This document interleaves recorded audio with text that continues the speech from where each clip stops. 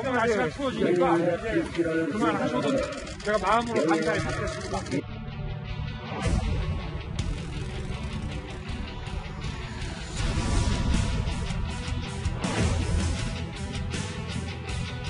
정치를 할 것이라고 생각하고 있지 않기 때문에. 윤석열 검찰총장 같은 경우는 그분의 출마랑 상관없이 차라리 직분은 그냥 나와도 되지 않을까 그런 생각이 들어요.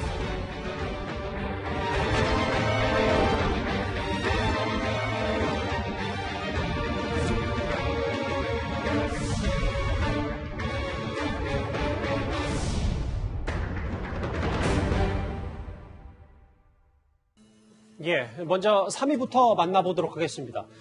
보궐선거와 윤석열 전 총장의 움직임은 때려야 뗄 수는 없을 것 같습니다. 오세훈 후보는 물론 안철수 대표까지 윤 전 총장을 향해서 꽤 적극적으로 손짓하고 있는데요. 윤 전 총장은 여전히 묵묵부답이긴 한데 오늘 오세훈 후보가 이런 말을 했습니다. 그분이 아직 본인의 정치 행보를 본격적으로 시작도 안 하셨는데 첫 정치 행보를 이번 선거에 도와주는 형식으로 시작하실 가능성은 저는 적다고는 봅니다. 그러나 단일화된 야권 후보가 꼭 이겨야 된다는 그런 절박감 때문에 기대를 하는 것이고요. 그분은 야권 지지자들의 정권 교체에 대한 열망을 담고 계시는 거대한 댐 역할을 하고 계시는 분입니다. 그분이 어떤 형태로든 야권의 정권 교체에 도움되는 역할을 하시면 좋겠다. 먼저 장해찬 평론가님, 오세훈 후보가 좀 절박하다, 좀 윤 전 총장의 여러 선거 지원을 기대하고 있는 듯한 취지의 발언을 했는데 윤 전 총장도 이 보도를 분명히 접할 거고 그럼요. 조기 등판에 대해서도 윤 전 총장 다시 고민할 수 있는 겁니까? 저는 고민이 매우 깊어진다고 생각을 하는데 윤 전 총장의 조기 등판, 이번 재보궐 참여 3단계로 간략히 나눌 수 있습니다. 1단계가 정부에 대한 비판적인 메시지를 내는 겁니다. 그러면서 이 오세훈 후보 또 부산의 박형준 후보를 지원 사격하는 거죠. 이른바 메시지 정치를 통해서. 2단계가 예를 들면 오세훈 후보와 전화 통화를 하거나 만남으로써 힘을 실어주는 겁니다. 그리고 3단계가 함께 선거운동을 해주는 건데 지금 3단계까지 갈 거라고 기대하는 사람들은 사실 많지 않습니다. 하지만 1단계와 2단계 정도의 지원 사격은 윤석열 전 총장 입장에서도 깊이 고민해 볼 필요가 있지 않나. 물론 그런 식의 지원 사격이라도 하게 되면 여권에서는 결국 정치하려고 검찰총장 했던 것 아니냐, 그러려고 사퇴한 것 아니냐, 맹공을 퍼부을 겁니다. 하지만 지금 나오고 있는 국민들의 윤석열 전 총장에 대한 지지와 기대는 무엇일까요? 정치를 할 것이라고 생각하기 때문에 이만한 기대가 모인 것 아니겠습니까? 어차피 어느 순간에 정치에 뛰어들어도 결과적으로 여권의 비판, 일부 국민들의 비판은 감당하고 갈 수밖에 없습니다. 그렇다면 범야권이 가장 절박할 때, 그 가장 중요한 승부수를 걸 때 본인이 직접 영향력을 행사해서 이 보수 야권에 일종의 도움을 줘야만 재보궐 이후에 정계 개편이 될 때 윤석열 전 총장도 당당하게 단순한 대선 지지율뿐만이 아니라 나도 내 역할을 하지 않았느냐 이러한 목소리를 낼 수 있는 것이기 때문에요. 자꾸 기회를 보고 생각이 많아지면 지금의 이 지지율이라는 타이밍이 언제 또 돌아갈지 모르는 것이거든요. 예. 신기루와 같은 것일 수도 있기 때문에 있을 때 잘하라는 말이 있는데 선호도가 있을 때 국민들이 윤 전 총장에게 기대감이 있을 때 이때 뭔가 행동으로 보여줘야지 자꾸 망설이다 보면 이번에 안철수 대표 결과적으로 좀 안 좋은 단일화 패배라는 결과가 있었잖아요. 타이밍을 놓쳤다는 그런 분석들이 많은데 윤 전 총장도 타이밍을 놓치지 않도록 주변에서 조언을 해야 되지 않을까 싶습니다. 이돈 의원님도 이번 보궐선거가 윤석열 전 총장에게 정말 중요하다는 거에는 동의하십니까? 뭐 중요하죠. 윤 총장이 정치를 할 것 같고 대통령 선거에 뭐 나서기는 할 것 같습니다. 그렇지만 윤석열 전 총장이 서울시장 후보를 당선시키기 위해서 정치하는 건 아니지 않습니까? 예. 대선에 나갈 정도의 정치인이라면 순서가 있는 거죠. 첫째, 국민 여러분 제가 검찰총장 했는데 정치하겠습니다. 제가 뭐를 하기 위해서 정치하겠습니다. 그리고 누구누구와 정치하고 이렇게 얘기하겠습니다. 먼저 그 입장을 밝히는 게 순서가 아닐까요? 근데 그걸 밝히고 서울시장까지 하기에는 시간이 너무 촉박하죠. 2주밖에 남지 않았기 때문에. 선거를 돕는 건 굉장히 중요하긴 한데 굉장히 어떤 정략적인 정치적인 선택인데 예. 거기까지 하기에는 아직은 제가 보기에는 준비가 안 돼 있는 것 같아요. 그런데 이제 당 선거하는 당도 그렇고 지금 이제 윤석열 전 총장을 돕거나 또는 본인이 돕는다고 생각하는 사람들은 마음이 급해요. 빨리 뭐라도 해야 되니까. 그런데 윤석열 총장의 입장에서는 뭐 그렇게 급할 건 없고 다만 이런 건 있습니다. 엊그제 이제 김영석 그 교수를 이제 찾아가서 얘기를 나눴는데 이제 그게 쭉 기사가 나오고 예. 상식과 정의 이런 얘기가 다시 나와서 이제 정리된 측면이 있는데 지금 윤 총장한테 인터뷰, 그다음에 강연, 그다음에 토론회 참석 이런 요구들이 굉장히 많아요. 그래서 적절한 시점에 누구와 인터뷰를 하고 거기서 이제 질문을 할 거 아닙니까? 그럼 거기에 대해서 적절하게 답변하는 기회 정도는 혹시 있을 수도 있겠습니다. 알겠습니다.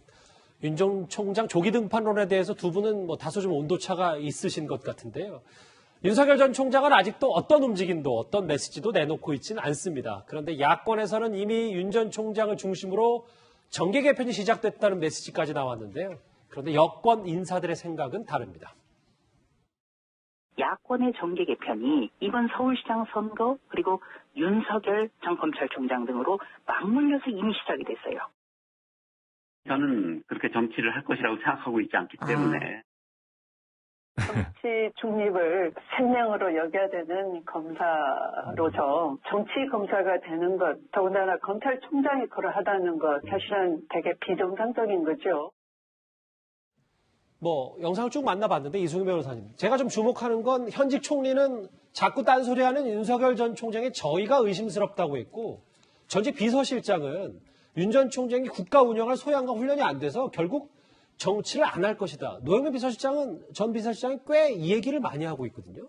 네, 뭐 저 말들이 틀린 말은 아닌 것 같고 그 말들에 대해서 윤석열 총장이 이제 어떻게 대비를 하느냐 본인의 이제 약점일 수도 있는 거잖아요. 그런 측면에서 잘 준비를 해야 될 것 같습니다. 이 검찰총장이라고 하는 것은 굉장히 강력한 권력을 가지고 있는 것이고 사정 권한을 가지고 있는 것이고 그래서 검찰총장이나 검찰의 정치적 중립은 굉장히 중요한 것인데 검찰총장 직후에 바로 이렇게 대선에 출마한다라고 한다라고 하는 것은 국민들께 굉장히 우려가 될 수 있는 상황이다. 뭐 지지하신 분도 많지만 길게 우리 헌법적으로 본다면 굉장히 위험할 수 있는 상황이라는 말씀드리고요.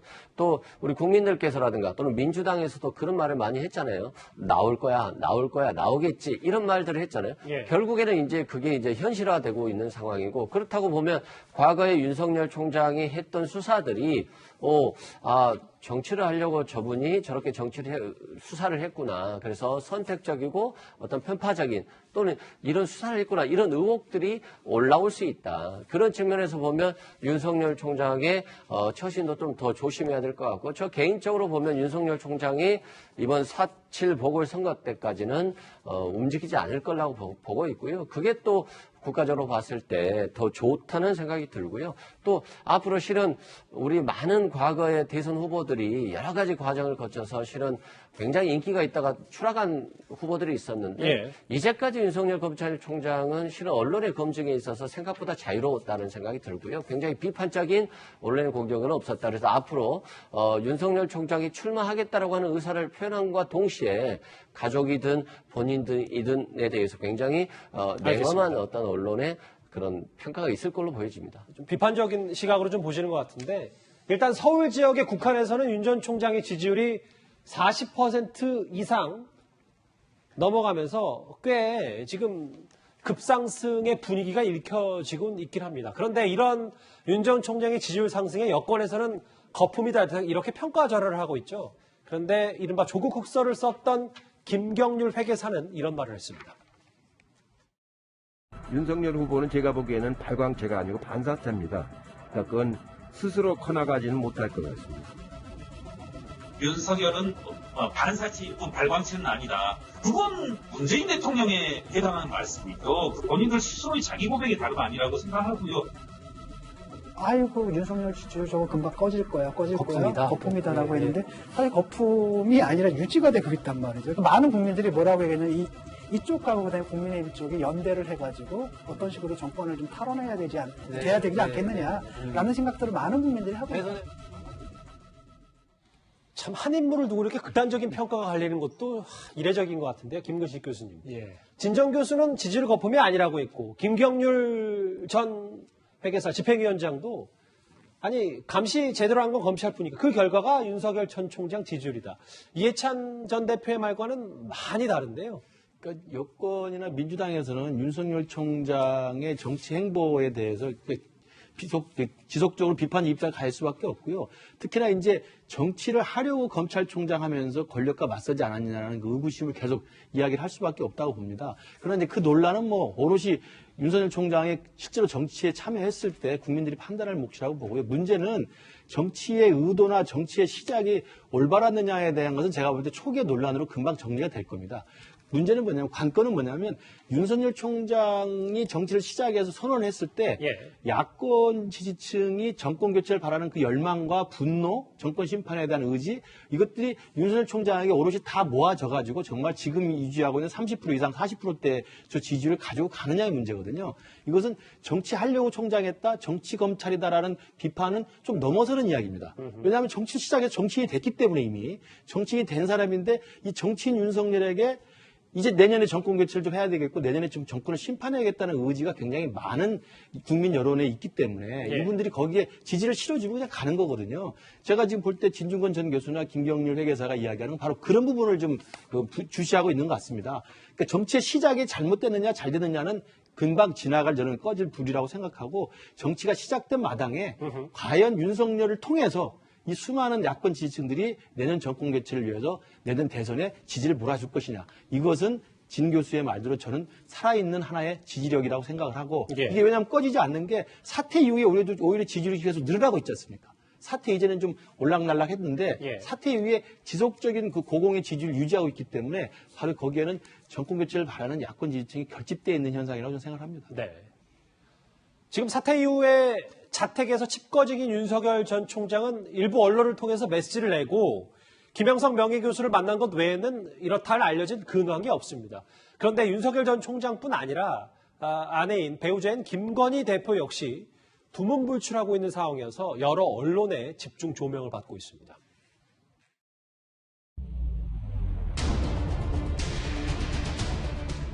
결혼 초기부터 저는 뭐 재산이 별로 없고 대부분이 저희 집사람 재산이고 그렇습니다. 저희 집사람은 어디 가서 남편이 공무원이다 검사라는 얘기도 안 합니다. 정당하게 일하는데 근거 없이 의혹을 막 제기해서 이렇게 하면 누가 공직을 하겠습니까? 지지율이 30%를 넘고 아까 만나봤던 서울 지역에서는 40%를 지금 40% 선까지 돌파했기 때문에 일거수일투족이 좀 관심인 것 같거든요.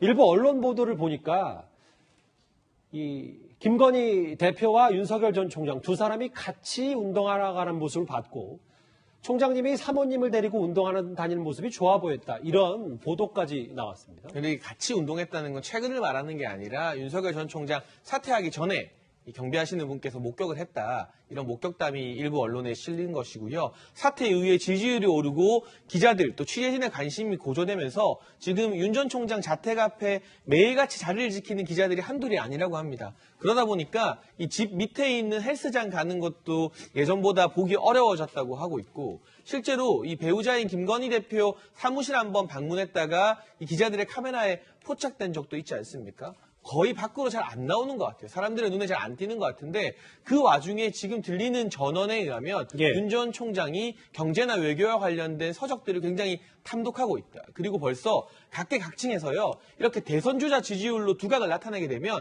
다양한 보고서를 전문가들이 올리게 됩니다. 잠재적 대선주자에게는 들어가는 보고서가 그만 보내라고 해도 끝없이 이어져요. 제가 대선주자 캠프에 실무진으로 있을 때도 많이 경험을 했었거든요. 각 학교의 교수님들부터 지식인들이 다 본인이 구상하는 어떤 경제안, 외교 안보안 이런 것들을 보내게 되는데 그런 것들을 검토하면서 어떤 지금 일각에서 지적하는 외교 안보나 경제에 대한 식견이 부족한 것 아니냐 여기에 대해서 결과적으로 자신이 최고의 전문가는 아니겠지만 어떤 전문가와 함께하면 좋을 것인가 이제 준비의 시간을 마치고 국민들 앞에 정치인 윤석열을 선보이게 될 때 어떤 사람들과 같이 설 것인가 이 고민의 시간을 지금 가지고 있는 것으로 보이고 있어서요. 이 고민 중간중간에 사람을 만나거나 또는 특정 사안에 대해서 언론과 인터뷰하는 형식으로 조금씩 메시지를 발휘하지 않을까 싶습니다.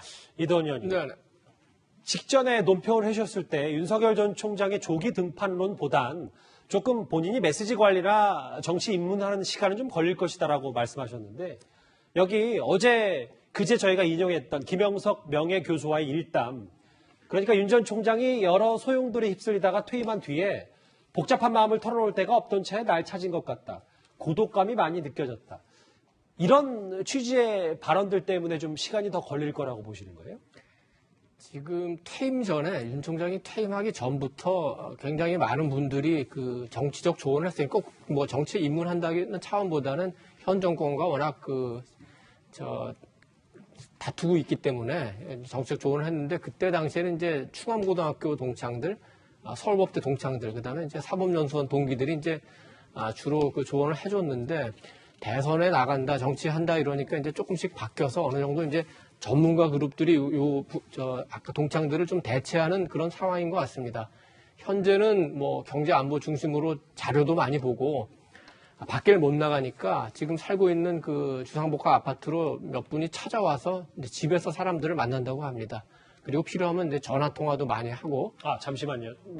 그러니까 윤 전 총장이 지금 두문불출하고 있는데 일부 이제 밖에 손님이 오고 그 손님들의 뭐 주요 인사도 있을 테니까 그런 만남은 계속해서 지속한다는 말씀이시죠? 그렇죠. 먼저 누가 봐도 아는 그런 유명한 사람이 오기는 조심스럽겠죠. 그렇지만 필요한 분은 아마 그 집으로 와서 충분히 대화를 나누고 있는 것 같고 그런 분들을 포함해서 정말 여러 사람이 여러 가지 얘기와 제안을 할 겁니다. 예. 근데 윤 총장이 그걸 어떻게 알겠습니까? 그래서 누군가 좀 어떤 전략가가 있어서 딱 일도 양단 정리해 주길 바라겠지만 그런 사람은 없을 겁니다. 결국은 결정은 그 윤 전 총장 본인이 해야 되고 거기에 대한 책임도 본인이 져야 돼요. 그래서 외로운 거죠. 고독하고. 지금 우리 대한민국에서 가장 외롭고 고독한 사람이 누구겠습니까? 문재인 대통령이에요. 문 대통령뿐만 아니라 역대 대통령이 다 그랬습니다. 누구든 대통령 되면 그 나라에서 가장 애국자가 되는 거예요. 그런데 전국을 이끈다는 게 마음대로 되지를 않아요. 그래서 고독한 겁니다. 그래서 지금은 문 대통령이 가장 고독하고 그 다음에 가장 고독할 사람이 뭐 윤 전 총장이 될 수도 있겠죠. 또는 다른 사람이 될 수도 있겠죠. 예, 알겠습니다.